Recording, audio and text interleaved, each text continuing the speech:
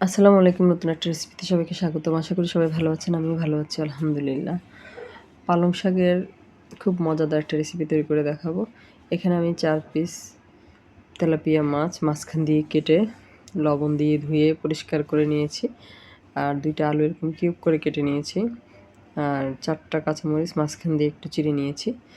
প্রথমে মাছের সাথে আমি ১ চা চামচ অথবা স্বাদ মতো লবণ দিয়ে দিলাম। এরপরে দিয়ে দিলাম হলুদের গুঁড়া ১ চা চামচ। আর একই রকমভাবে আমি আলুর সাথে হলুদ এবং লবণ মাখিয়ে নিব।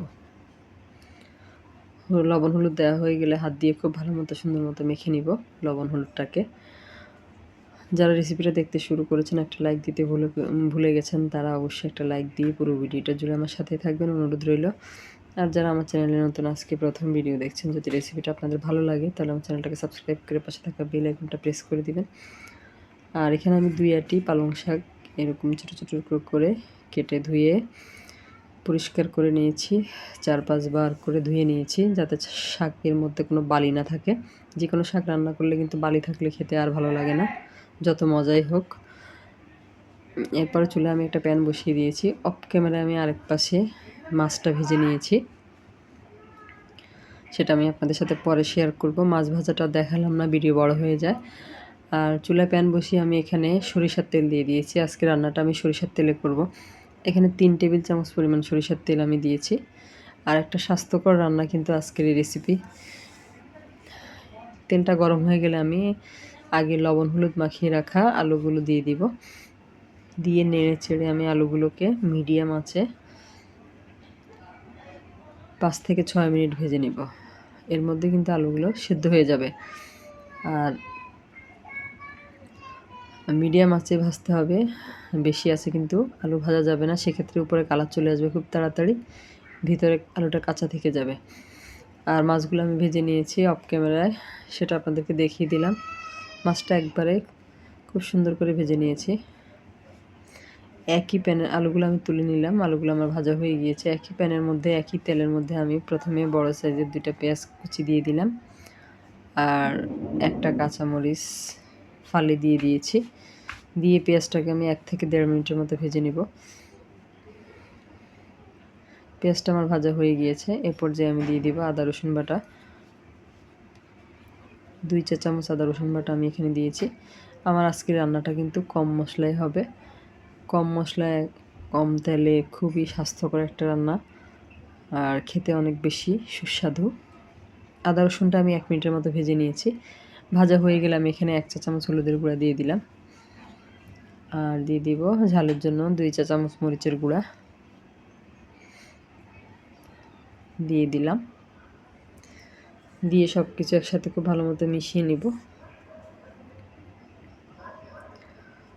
আর এখানে আমি হাফ কাপের মতো গরম পানি দিয়ে দিয়েছি।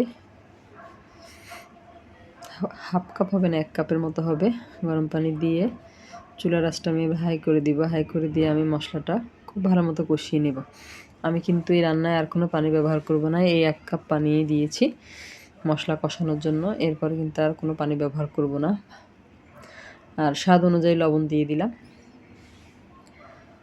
মশলাটা যখন খুব ভালো মতো কষে যাবে, তেলটা উপরে উঠে আসবে, তখন প্রথমে আমি দিয়ে দিলাম আগে থেকে ভেজে রাখা আলুগুলো। আর কাঁচামরিচ থেকে ২ টা কাঁচামরিচ দিয়ে দিয়েছি, বাকি ২ টা একদম রান্নার শেষে ব্যবহার করব। আলু দিয়ে আমি ১ মিনিটের মতো একটু রান্না করে নিয়েছি। এরপরে আমি দিয়ে দিব পালং শাকগুলো। পালং শাক থেকে কিন্তু অনেক পানি বের হয়, এজন্য পালং শাক রান্নাতে কিন্তু কোনো পানি ব্যবহার করতে হয় না। আর পানি ব্যবহার করলে কিন্তু ওই পানি টানাতে আরও অনেক বেশি সময় লাগে, সেক্ষেত্রে শাক রান্নাটা কিন্তু অত মজা লাগে না, খেতে ভালো লাগে না। এই যে আমি অফ ক্যামেরায় ২ বার নেড়ে দিয়েছি। আমি কিন্তু এখানে আর কোনো পানি ব্যবহার করিনি। ঢাকনা দিয়ে ঢেকে আমি এটা প্রায় মিডিয়াম লো আছে ৬ থেকে ৭ মিনিটের মতো রান্না করে নিয়েছি। রান্নাটা আমার প্রায় হয়ে গিয়েছে। এই পর্যায়ে আমি আগে থেকে ভেজে রাখা মাছের টুকরোগুলো দিয়ে দিলাম।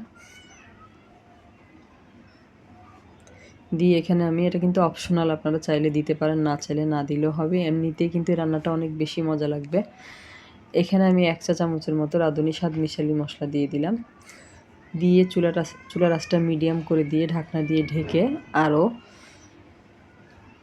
3 থেকে 4 মিনিটের মতো রান্না করে নিয়েছি। এই যে একেবারে সামান্য ঝোল রেখেছি আমি, এরকমই হবে। আর শাকটা কিন্তু আমার খুব সুন্দর মতো সেদ্ধ হয়ে গিয়েছে। পালং শাক সেদ্ধ হতে কিন্তু বেশি সময় লাগে না। সার্ভ করে আপনাদেরকে দেখাচ্ছি। রেসিপিটা কেমন লাগলো কমেন্ট করে জানাবেন। সবাই অনেক বেশি ভালো থাকবেন। আল্লাহ হাফেজ।